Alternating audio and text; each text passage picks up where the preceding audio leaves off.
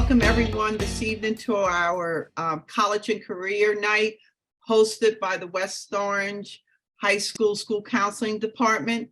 This evening, we will be presenting quite a bit of information to help the students and the parents through that college application process.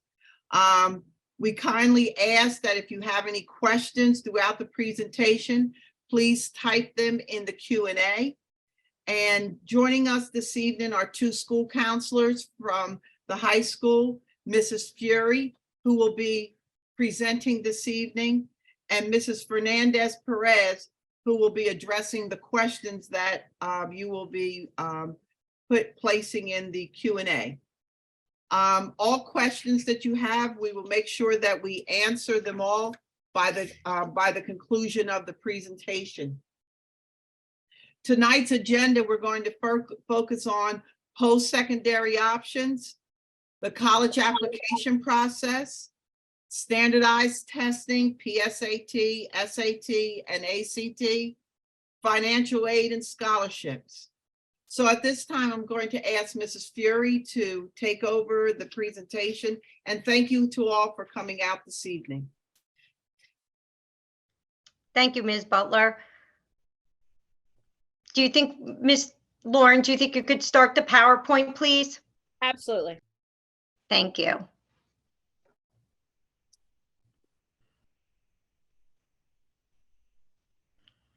So good evening, everyone. So as Ms. Butler shared with you, my name is Kathryn Furey. I'm one of the 10 counselors here at the high school.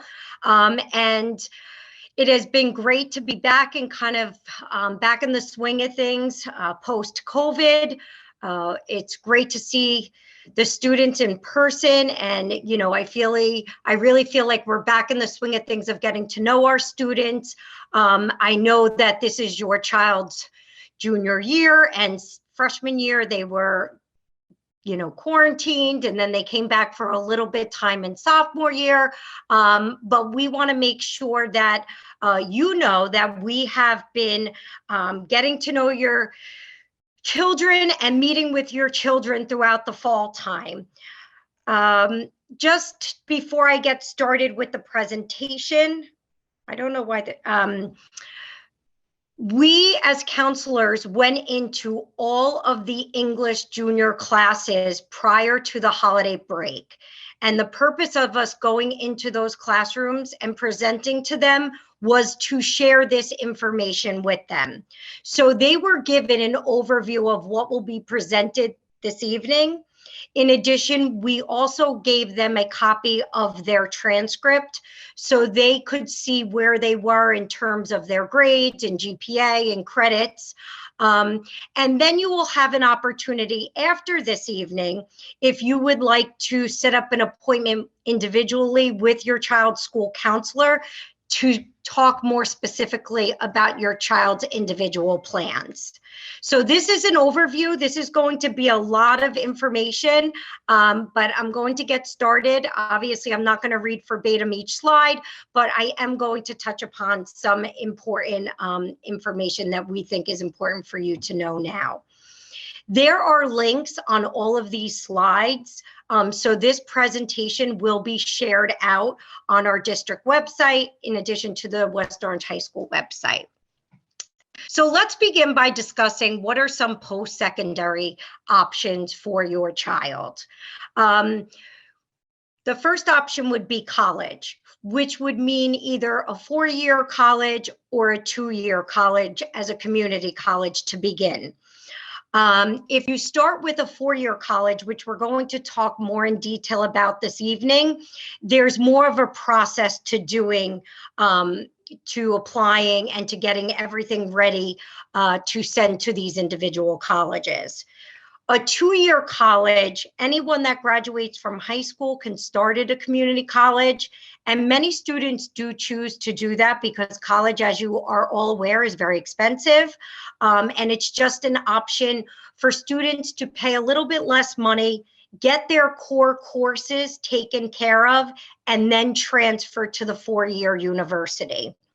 In the state of New Jersey, there is something called New Jersey Transfer, and there is a link actually on this document, and that will show you and indicate what classes you could take at the community college level that will transfer to any of the state or private schools within New Jersey. So just to know that that is a reference for you.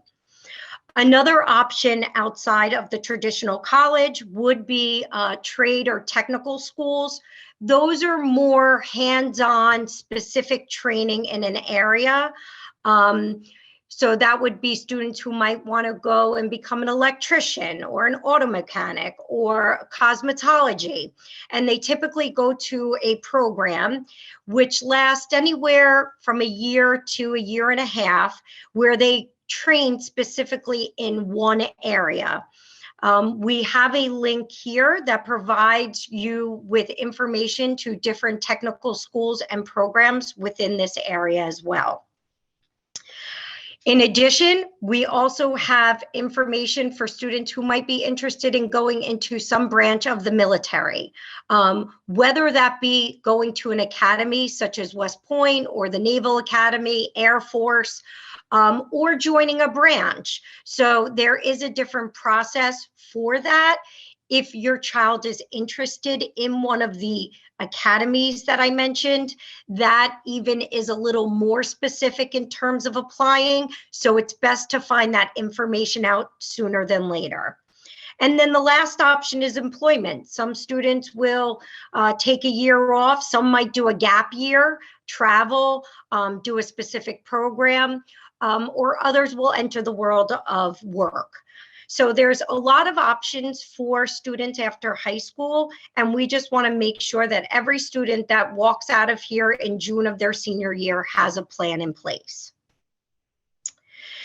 Tonight's focus will be really on the college process and what colleges are looking for and what you need to do to best prepare your child for applying to schools and finding a school that's a good fit for them.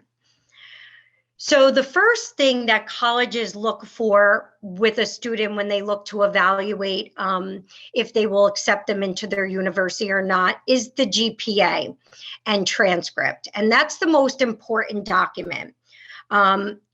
Just to kind of go through what is included on, hold on a minute. Why didn't it skip into the next page?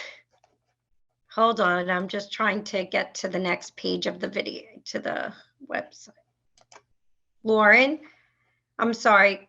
Can you help me move on to the next page in the PowerPoint? For the slide? Yes. Yeah. Thanks, because for some reason it's not looking. Okay, so the most important document that goes to the colleges is the transcript. And that is the piece of paper that will show all of your child's classes they've taken since 9th grade, the final grades they received in those classes, and the credits they also received. Colleges will see on their transcript 9th, 10th, and 11th grade. At the end of junior year, we calculate GPA based on the first 3 years of high school, and that is the GPA that will be reported on any application that is sent out. Now, some will say, well, what about senior year? And that's a very good question. Senior year, students are applying to colleges in the fall. They haven't finished or completed their senior year yet. So therefore, their GPA would not be calculated until the end of senior year, which it is done at that point, but that's way past the point of them actually applying to these schools. So although colleges will see what courses your child will take senior year, it doesn't impact their overall GPA in addition to where they fall within their class. So West Orange High School, we do not rank students, but we do provide them with a decile. So we provide, are you in the top 10% of your class, 20%, 30%? And that information is also provided to the schools. The next piece of information, and this is a little tricky, since COVID, there has been many schools that have gone test optional. meaning that they are not looking at standardized tests if a student does not want to submit them. The only thing that I would be, when I'm doing my research, is to look at each individual school that your child might be interested in to see what their requirements are.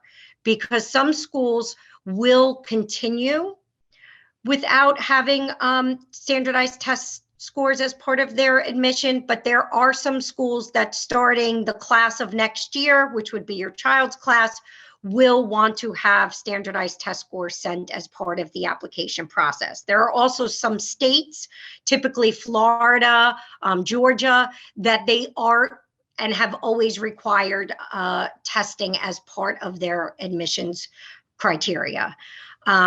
So my advice to students is to take the exam, either the SAT or ACT, in the spring of their junior year, and have that as an option. If at the end of the day they decide to apply to colleges that don't require them and they choose not to send them, they can always do that. But I would definitely recommend that students at some point in the spring of their junior year register to take the SAT and/or ACTs.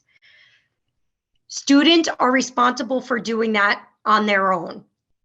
They will go to the testing site. They will register to take the exam. Saturdays in this presentation, the dates will be given, but they are responsible for registering. The only time they would need to reach out to their school counselor is if they do receive free or reduced lunch. They are entitled to get a fee waiver, so they could take the SAT and ACT 2 times for free. So please keep that in mind. This information was shared with all juniors, but it's important for you to know as well. So this is just a slide. Some parents and students will ask, what's the difference between the SAT and ACT? They're both standardized tests. They're just different types of exams. They say that the SAT is more reasoning based, whereas the ACT is more knowledge based, things that you've learned and can apply that you've learned in the classroom. Colleges will take one in lieu of the other. The ACT does have a science component to it, but this is a slide I'm not going to read, but it does provide that information to you.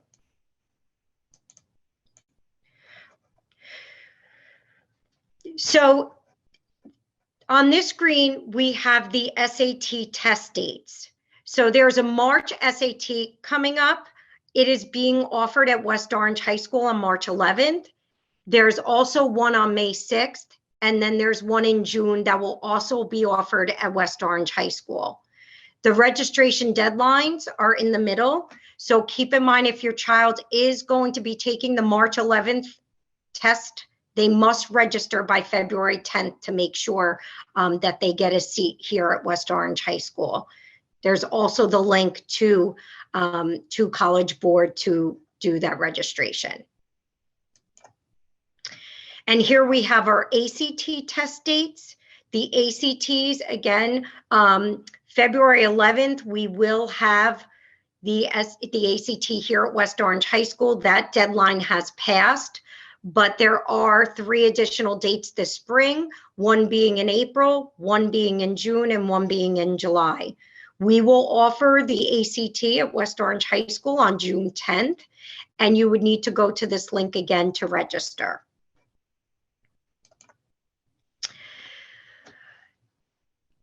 Every junior was given the opportunity to take the PSAT this fall.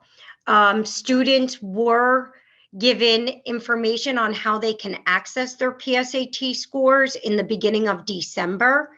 The PSAT is just a practice. These scores don't go anywhere, but they are very useful in terms of looking at where your child's strengths and weaknesses are prior to taking the SAT, because the PSAT very much reflects what's going to be on the SAT.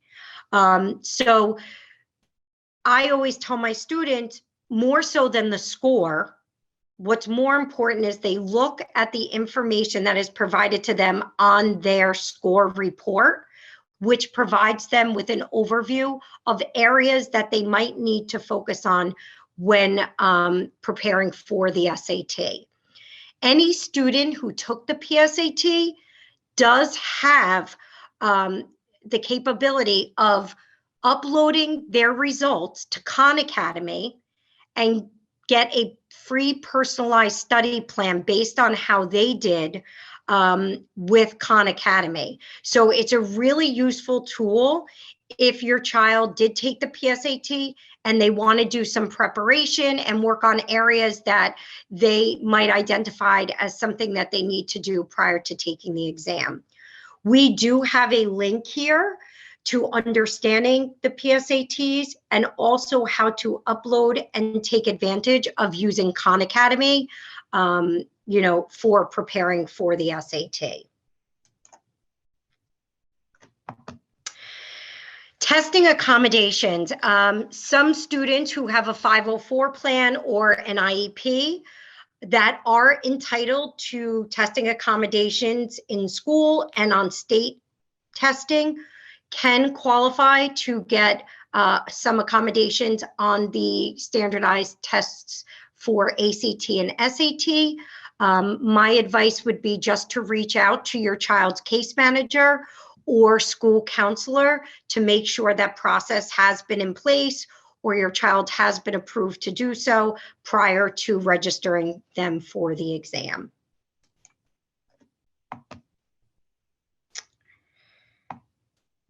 So we talk a little bit about grades, transcript, standardized test scores.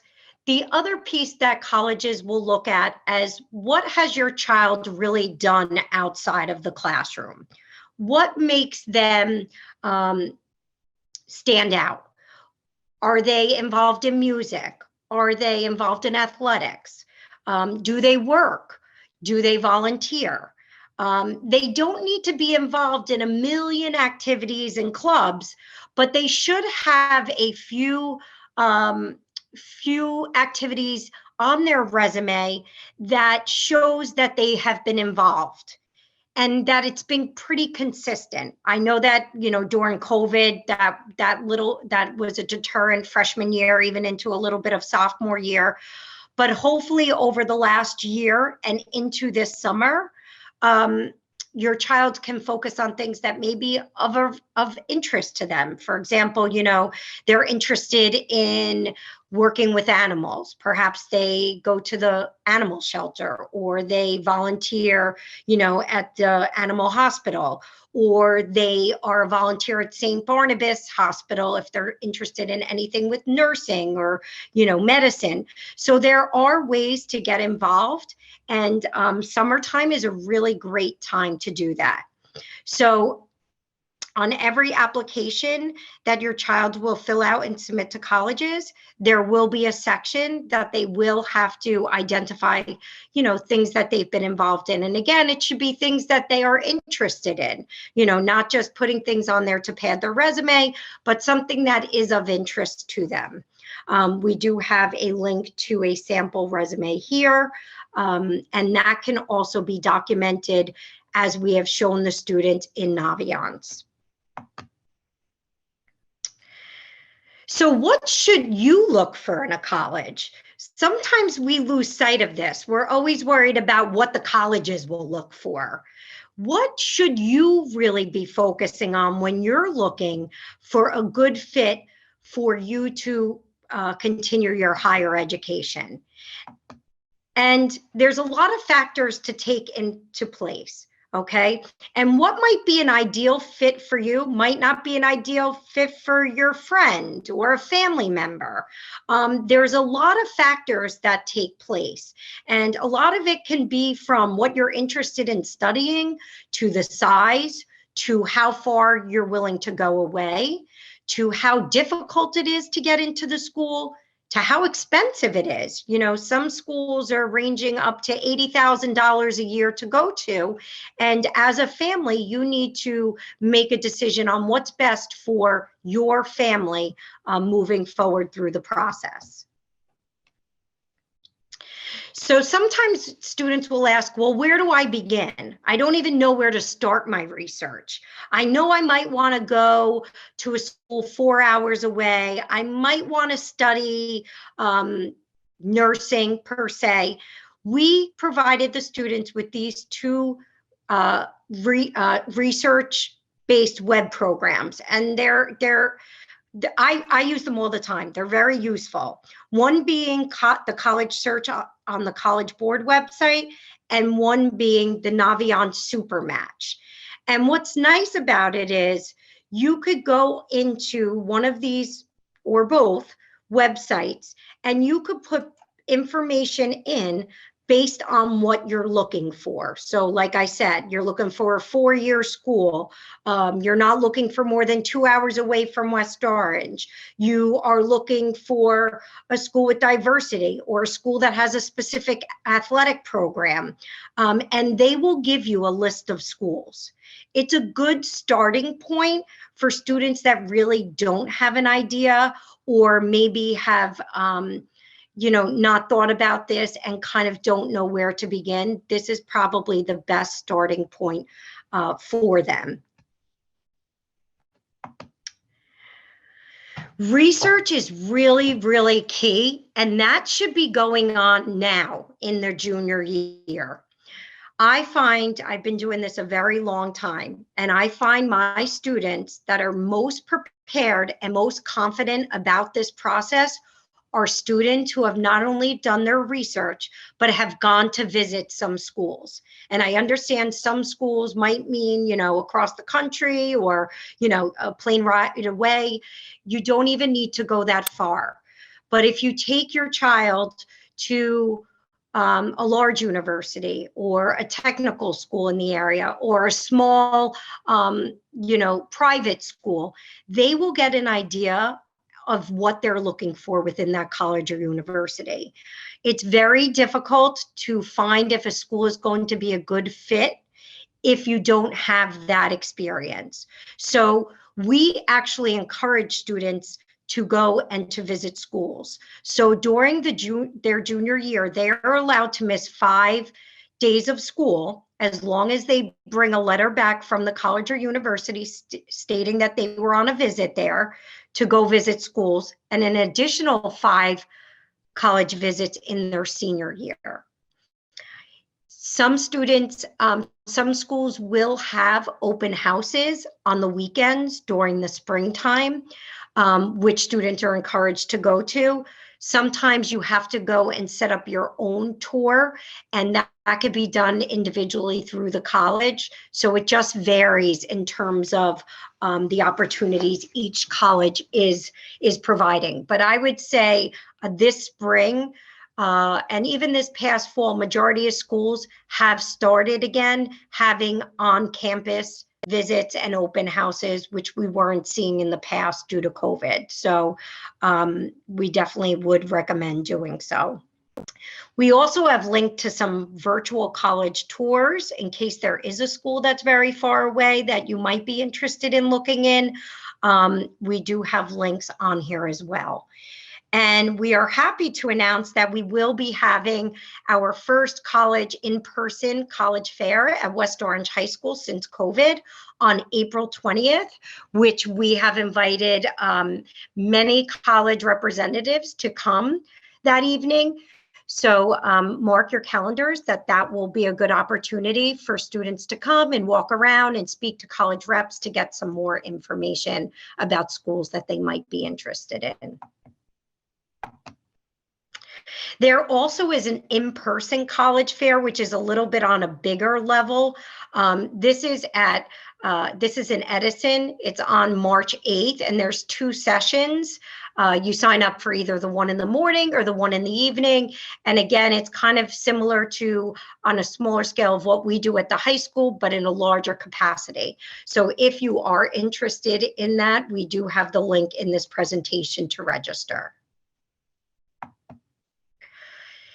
Throughout the school year, we also have college reps come to the high school during the school day, and they provide the opportunity for students to come down to the school counseling office and meet with these college representatives of schools they might be interested in. Students are given this information in Naviance. So for example, say Montclair State is coming to West Orange High School on March 30th. Any students who are interested in meeting with the rep from there, they would go into Naviance and they would register under a college visit. Once they are registered, then we provide them with the information on where they will be meeting this college rep, and it's typically done during school hours.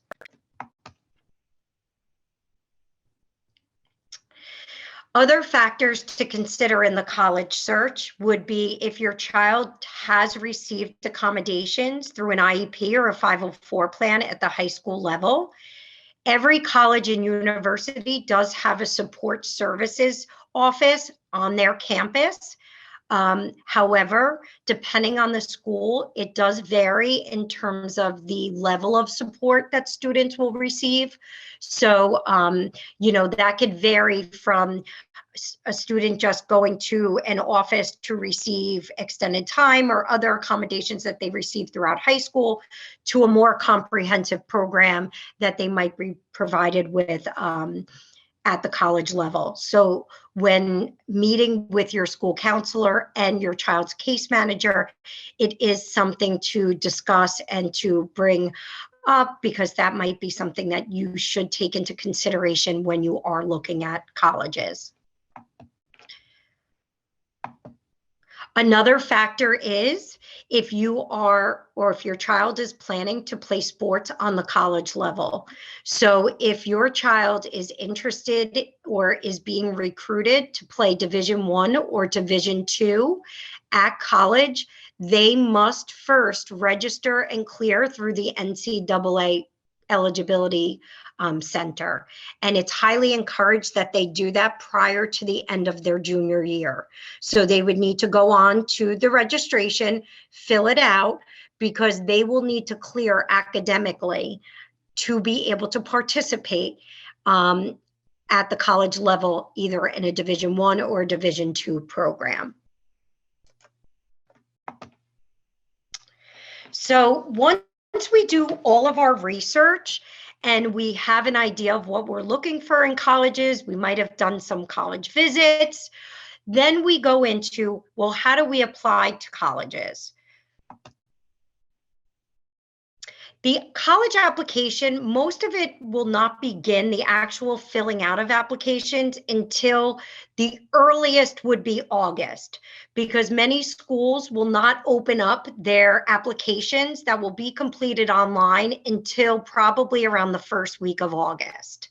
However, prior to that, your child can be working on other things, such as updating and keeping up with their resume, as we discussed, and also kind of starting to formulate a list of schools, depending on their interest, that fall within what's called a safety, target, and reasonable reach categories. Most students apply to about 6 to 10 schools, and the majority of your child's schools should be within that target range, meaning that your child's GPA and strength of transcript and courses they've taken meet with that school's criteria. Okay, majority should fall within that range. Now, you want to make sure that you have a few schools on there that are safety. That means that your child's GPA and perhaps test scores are higher than what is normally accepted, the average at that particular school. And then we always want students to do what's called a reasonable reach, and reasonable for exactly what that means. We don't want students to apply to all schools that will fall in the reach category, because at the end of the day, when they go and they start to hear if they've been accepted or not, we don't want them to be in a position where they've been waitlisted or deferred or rejected from the majority of their schools.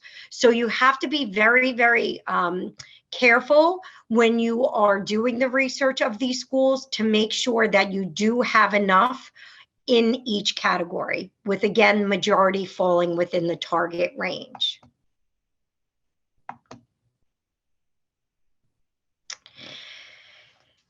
For each application, these are particularly the components. So in addition to filling out the basic information of an application, there will be some type of essay, college essay, or a personal statement. There will be a school activity section or resume. There will also be what's called, and many schools have gone in this direction, what's called an SRAR. So that's a student report that the students will self-report all of the classes they've taken in high school, specifically to that college. So for example, Rutgers University does not want any documents from the high school. Everything is self-reported from the student. So the student would fill out the application, they would go into what this SRAR is, given all their courses they've taken and their grades throughout high school, and submit that to the school. The only time that a school such as Rutgers or Penn State or some of these larger universities that do use the SRAR want from our school would be the final transcript if your child decides to attend there. And then the last thing that would be another piece of the application is if your child's applying to a fine and performing program where an audition might be warranted, or they're applying to an architecture program or graphic design program where they will have to submit some type of portfolio as part of the application process. The essay and the personal statement. This seems to overwhelm a lot of students. And this is what I would recommend that your child get a jump start on over the summertime, especially with a rough draft. Although the applications do not become available until August, many of the schools will release their essay prompts prior to the end of this school year. So students will be able to see. Most schools will give a few essay prompts that the students can pick one. They are not very long, and I will, share that many of our students, which I will tell you about in a little bit, about the common application, it's no more than 650 words. So it's not a long essay, but it is something that we want students to take the time on developing, because this is the only piece of the application that is kind of showing a side of them that they're not getting just from basic information. So we want them to start early with this. We have some useful links here. And we also have what is our writing center. So if a student works on their rough draft over the summertime, beginning in September, they can sign up to visit our writing center, which is available every day this year. And it's after school, it's in the library where your child can make an appointment with an English teacher. And that English teacher will sit down, review, the draft that they may have, give some suggestions, look at grammar, but it's always important for more than, your child's eyes to be looking at their personal statement and essay. Letters of recommendation. Every school counselor will write a letter of recommendation on your child's behalf. They do not have to reach out and ask their individual school counselor. It's just part of the documents that we send to the colleges. They will also have to ask 2 teachers to write a letter on their behalf. We really stress that 2 teachers is plenty. Majority of schools, now that everything is submitted electronically, will not even allow us to submit more than 2, some even only 1. So you can go and ask 5 teachers to write you a letter, but in fact, no more than 2, even perhaps 1, will be sent to the schools. So your child should be starting to think about who they can ask. And that could be someone that they've had a relationship with, or someone in an area that they're interested in studying on the college level. So, someone who might be interested in engineering, who's taking physics or has a math class that they might want to ask the teacher. But those letters of recommendation will not be completed and submitted by the teachers until the fall. However, they should start thinking about who they might want to ask. What they could be doing and should be doing now before they graduate, before they leave here in June, is they need to complete the survey for letter of recommendation in Naviance. And this is a survey that just gives myself, the school counselor, and the teachers any personalized information. We don't know everything about your child, everything that they've experienced, any hardship that they might have had through high school that may have impacted their grades. This is the time to really share that with us, because that information can then be personalized and placed in your letter of recommendation, which helps you in terms of, getting your application and providing the information that you think is important for us to share on your behalf with your colleges. So again, we would encourage all of our juniors to complete the survey for letters of recommendation prior to leaving here in June.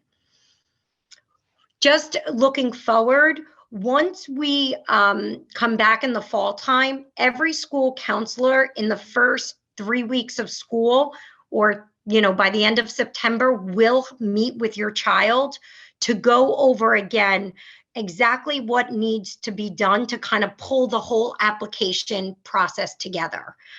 Because there's going to be a part that your child completes, there's going to be a part that the school must complete, and then make sure that the teachers' letters of recommendation are all there and that we are meeting the deadlines for your child.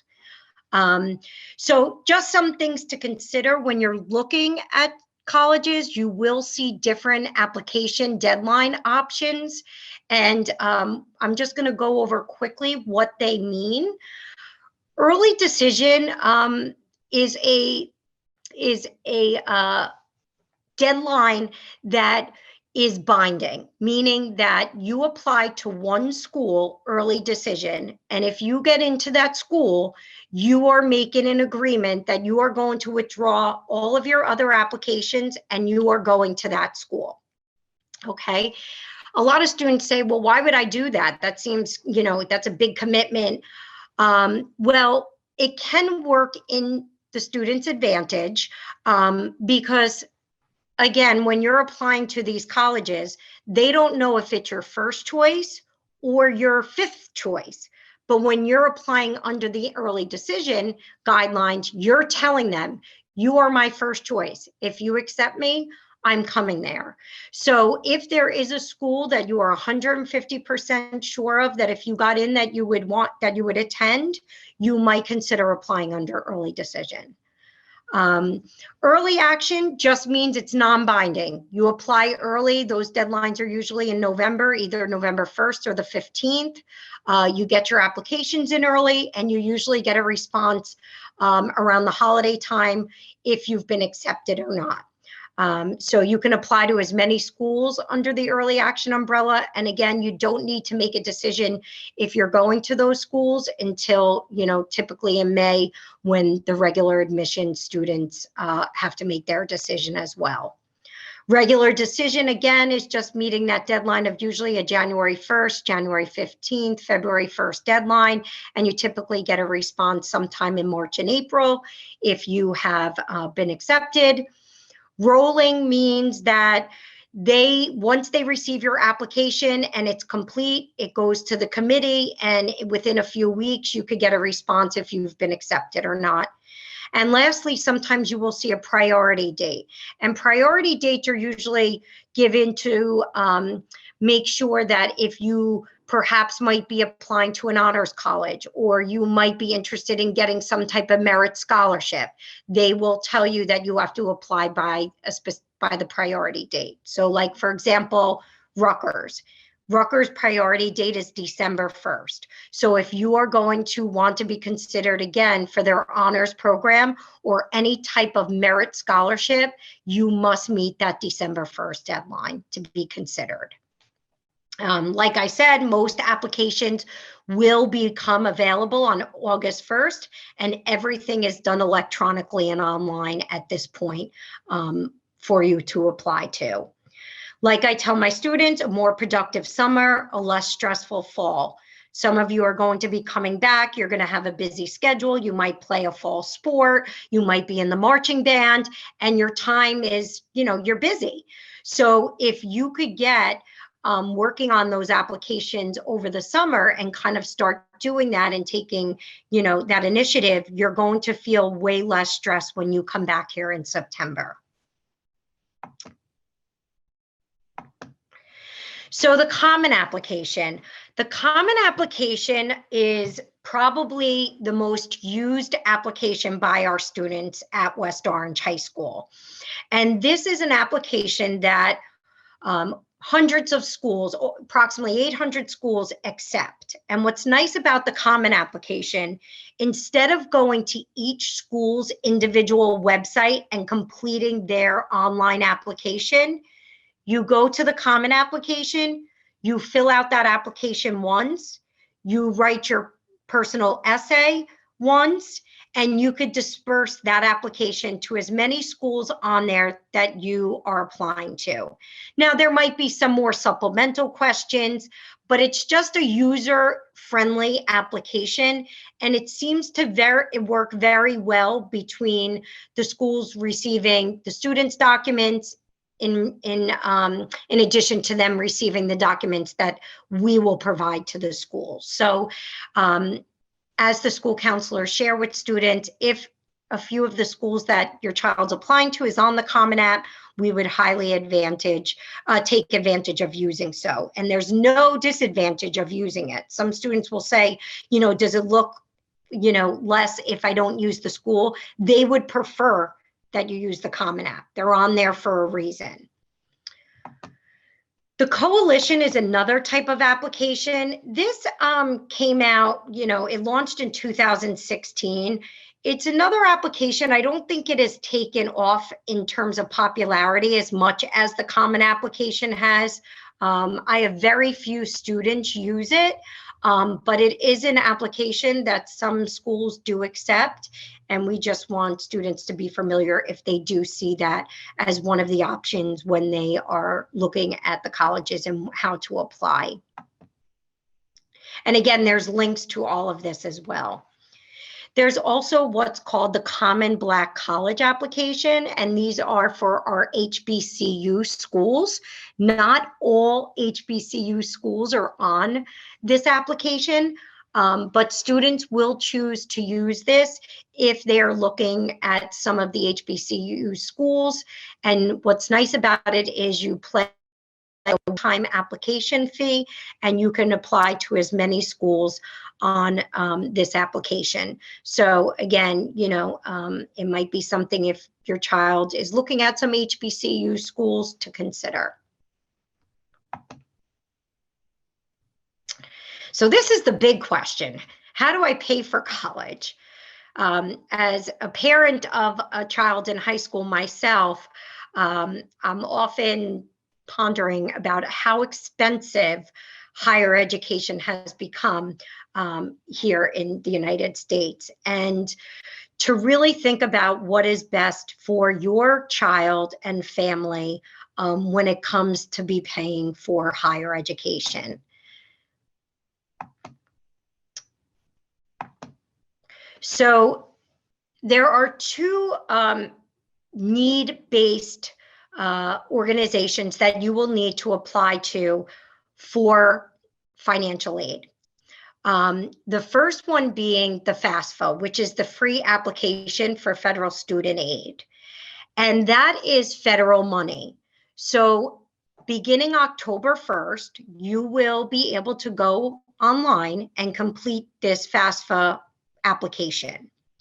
This FAFSA application will go to the federal government, and they will come up with what's called an EFC, which is an estimated family contribution. That number pretty much means how much they feel your family can pay for your child for higher education. If you do qualify And qualify means when you see the word grant, grant is money you do not have to pay back. If you qualify for federal money, you could qualify for what's called the Pell Grant. If you look on this slide, the max amount you could get per year for the Pell Grant is $6,895, the max. So if you're looking at a school that costs $50,000 to go to, and you're getting $6,895 in need Pell Grant that you don't have to pay back, how are you coming up with the difference? Okay, so that is probably the most important application that you will do after October 1st of your child's senior year. And that's what's going to distinguish whether or not you will qualify for any federal type aid. After you complete the FAFSA, if your child is planning on applying to a college within New Jersey, it is highly recommended that they go to HESA, which is the Higher Education for Student Aid in New Jersey, where they can also apply for state aid. Typically, students who do qualify for some type of federal money under the Pell Grant will qualify for some money under what's called the TAG grant. And the TAG grant is just in New Jersey. It's a grant that can award anywhere between, and if you see, about $2,900 per year up to about $13,500, depending on the family's need. The trick with this is once your child decides to leave the state of New Jersey, they are no longer eligible for this type of aid. So, it's important to be aware of that because that is aid, that is money you would not have to pay back, but you would have to attend a school within the state of New Jersey and be a resident in New Jersey for a minimum of 12 months. We also have links to different programs within the state of New Jersey. One being the New Jersey STARS program, which if you fall within the top 15% of your class, you can attend your home community college free of cost for 2 years. Upon completion, you can attend a 4-year university based on your grades and GPA for a minimum cost or even for free. So that is a program in the state of New Jersey. There's also a program called the Community College Opportunity Grant, where there is a financial need for starting at a community college free of cost, and there is a link with that information as well. There's also what's called the EOF program, which is Educational Opportunity Fund. And this is a program that the first step of eligibility would be your family's financial income. So again, if you click on that link, you will be able to find that information. If your family does qualify and you feel that this would be a program that would be beneficial, there is additional money that you could receive at the college level for this program. They also offer different levels of support for your students once they start at the college within that EOF program. And then the last is the New Jersey Dreamers Act, and those are for our undocumented students. They are given the opportunity to attend a school within New Jersey, paying New Jersey in-state tuition aid, and those links are there as well. So these are the two, FAFSA and HESA, for need-based financial money.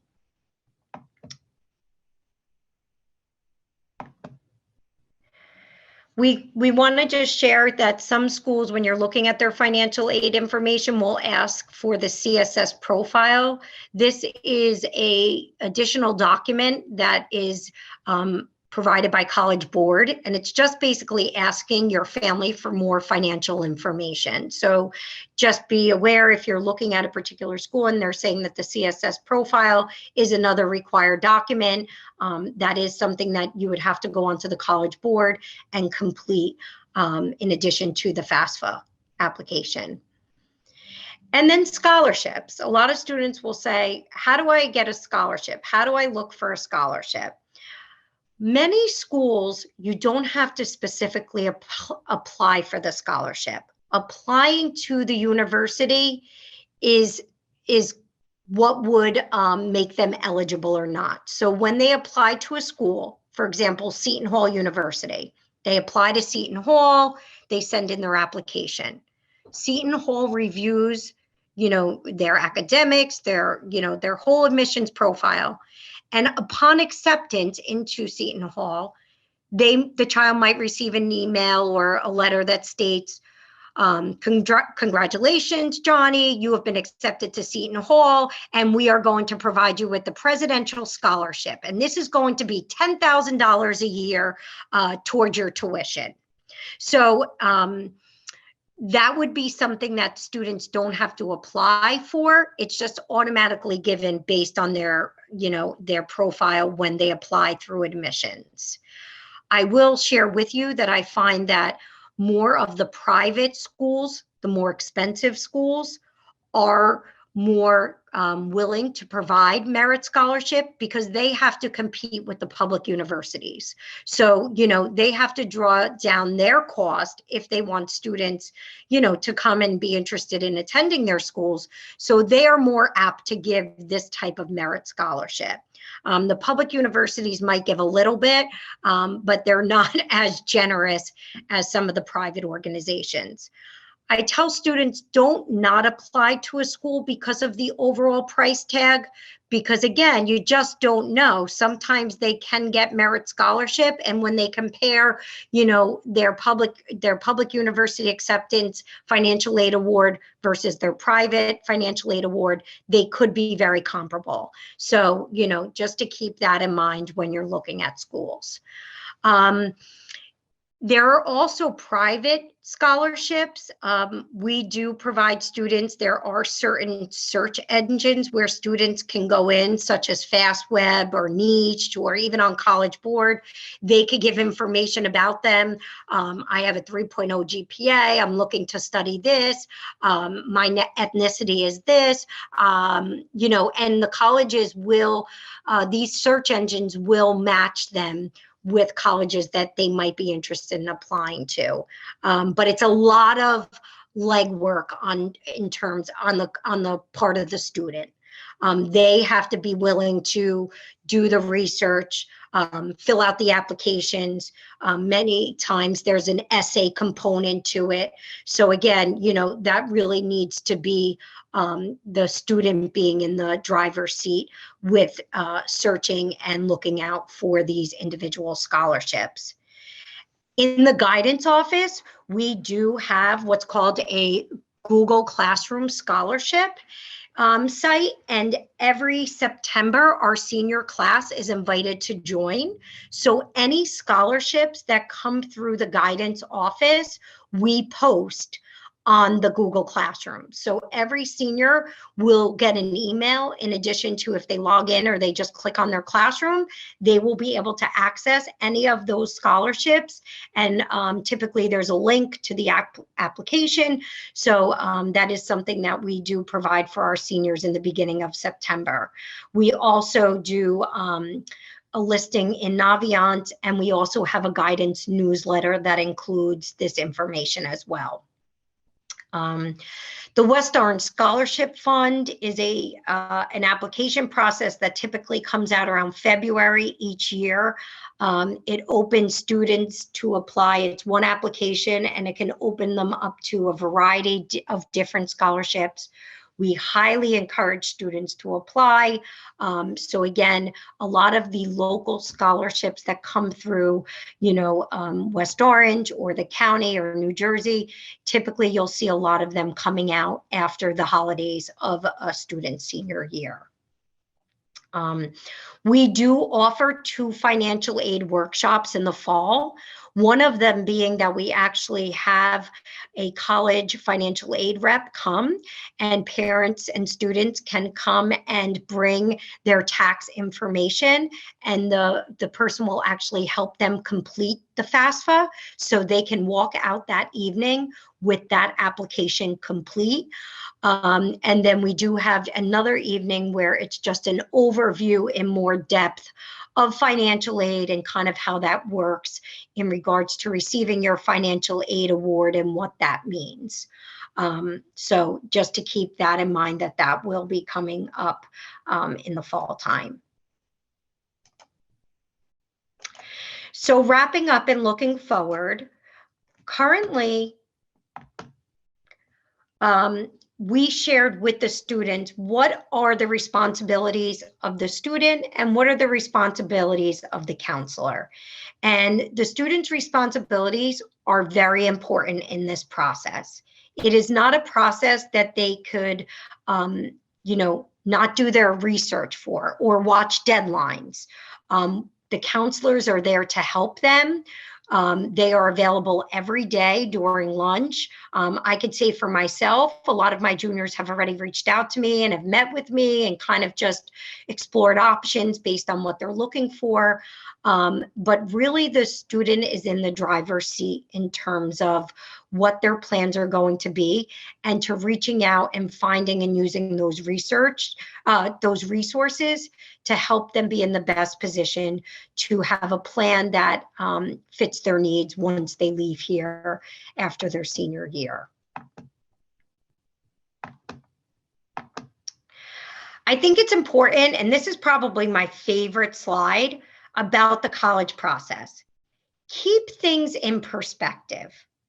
Every student finds a college that is going to work for them. I find that this has become a very cutthroat process, and I don't believe it has to be. I think if you are willing to be open-minded and to consider schools that maybe you don't hear of, or maybe you've never, but it might provide an opportunity for your child to excel, to keep all options open. I think it's also important to work together as a family. Often I talk to many of my students and they say to me, oh, Ms. Furey, I'm not going to school in New Jersey. I'm going to California. I'm going out west, and, that's it, and blah, blah, blah. And then I speak to their parents and they're like, I don't know what they're saying. No, they're not going that far. So I think it's important as a family unit to come together and have that discussion, and do it sooner than later. Students have to understand where they are and where they are in the process, because they also don't understand that they might think that they don't need their parent or guardian through this process, but in fact they do, especially when it comes to the financial aspect of paying for school and so forth. Like I said, students have to take ownership, and start early. Start this process early. I can't stress enough that the more you can research and go visit schools, the more confident you will be when you go to apply to these schools, in the fall of your senior year. Looking ahead, so currently over the past week, we've been meeting with our juniors in regards to scheduling their classes for senior year. So we encourage you to speak to your child about the courses that they have chosen. I know for myself, and I could speak about with my colleagues, we really push students to continue taking academic courses that will best prepare them if they are going on to 2-year school, 4-year school. So we encourage that 4th year of math.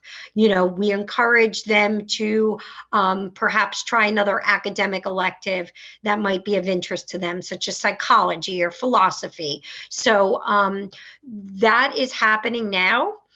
We've met with some of our juniors and we are still meeting throughout this week and next, but just to let you know that that is going on now. New Jersey graduation, state testing is back. That will take place between March 13th and through the 17th. New Jersey State is saying currently that it's mandatory. So it's important for your child to show up on those dates and take the exam. If your child's registered to take an AP exam, those happen between May 1st and May 12th. And then also there will be the science testing for juniors, again, May 22nd through May 25th. So as you can see, the state of New Jersey really just wants to keep testing students, so just to keep in mind that that will be coming up this spring, and you will be receiving more information closer to those test dates. And lastly, before we answer any questions, I would just say that you and your child should really keep those lines of communication open with your school counselor. This is a process for everyone. It's not a job just for you to do on your own. It's not a job for just your counselor to be doing on your own.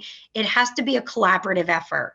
And so it's really important that after this meeting, we open up for you to reach out to your child's counselor to follow up with an appointment to discuss your child's individual plans. So, we would encourage you to do so prior to the end of the school year. Does anyone have any questions at this time? I know it's a lot of information. We will post this information, like I said. Please feel free to ask any questions.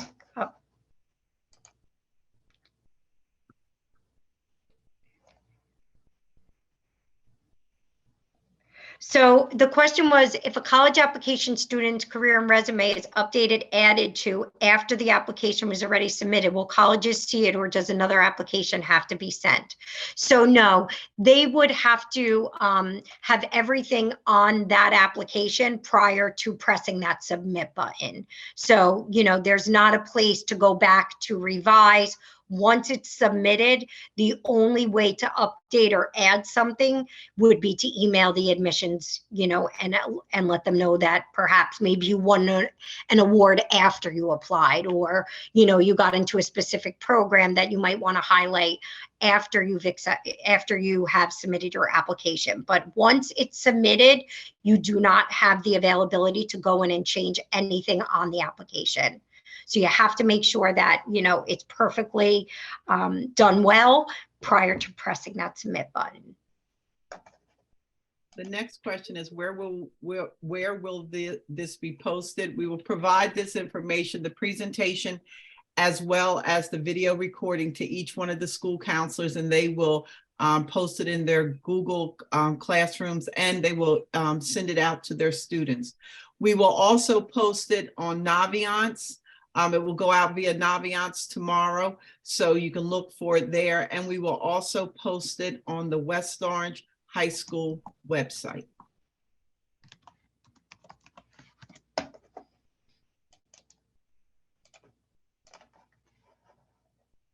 I want to take this moment and thank Mrs. Furey for her presentation this evening. I'm sitting here, I'm like the proud mama. I'm like, and there were things that I was going to say, but she certainly provided that information to all. I want to also say to the parents this evening, just breathe.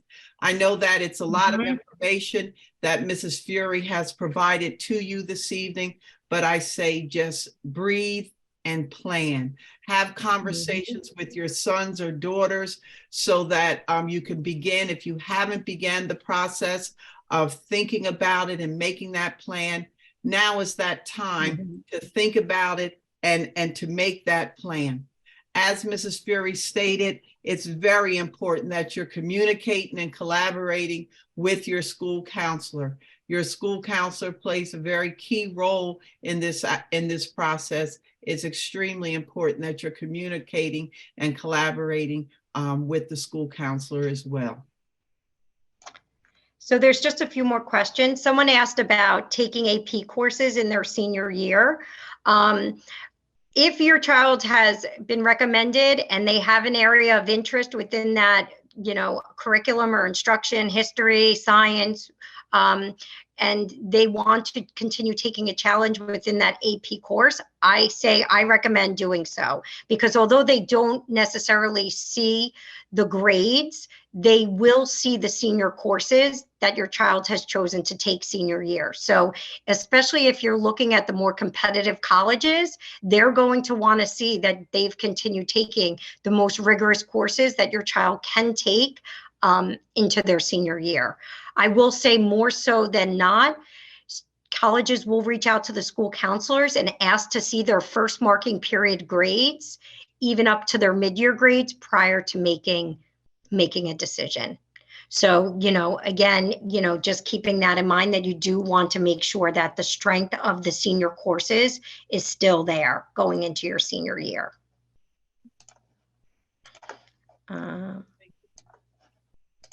Is there another question? Yes, there's a question. Yeah. Will representatives from technical colleges and trade schools be at the college fair? Yes, it's a college and career fair, and we do have representation from various technical schools. We also have representation from different organizations that help with job placement as well. So yes, it'll be a mix of not only 2- and 4-year colleges, but technical schools and job placement as well.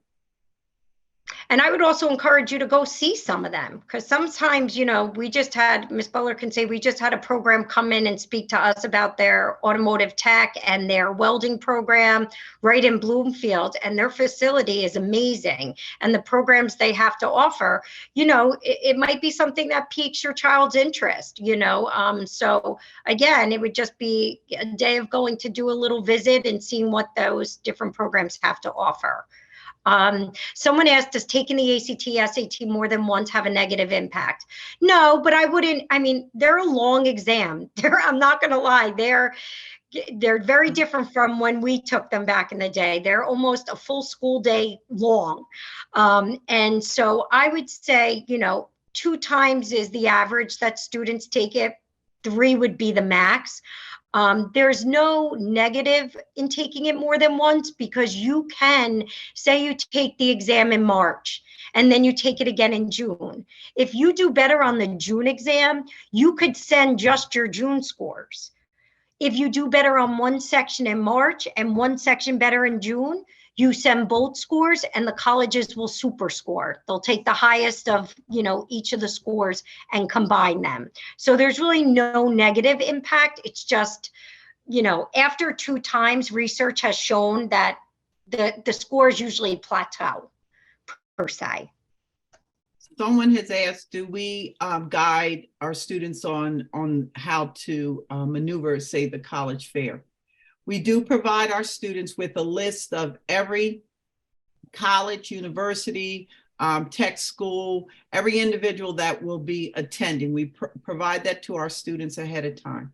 We also provide the students with specific questions to ask the various representatives when they are there.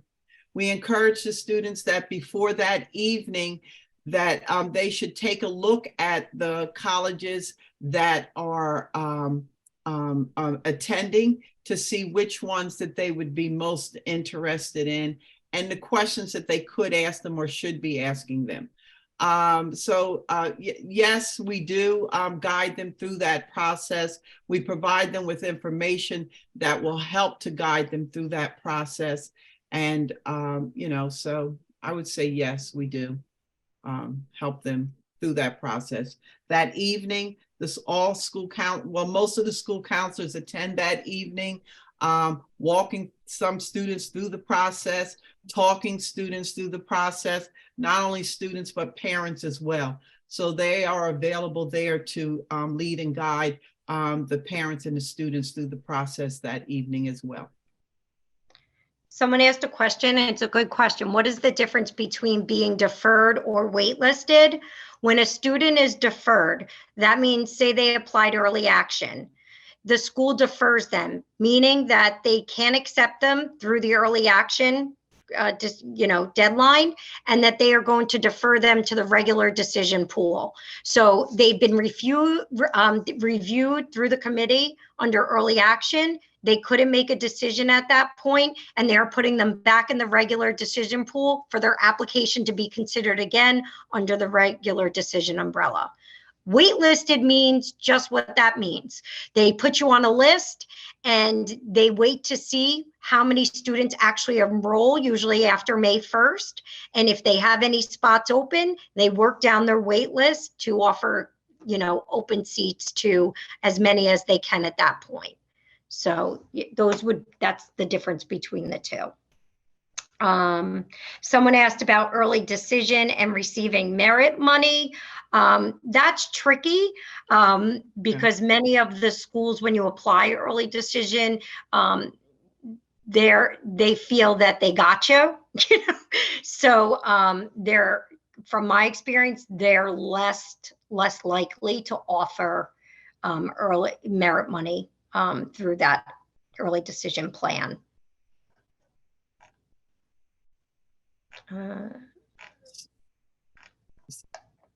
Again, we will share this PowerPoint presentation on our school website, in addition to our school counselor Google Classrooms. Someone asked if interviews are still part of the process. Some schools still provide, I find that a lot of the smaller liberal arts schools still put interviews as part of their process. A lot of times they will also do interviews with an alumni. So you're not necessarily meeting with someone that works with admissions.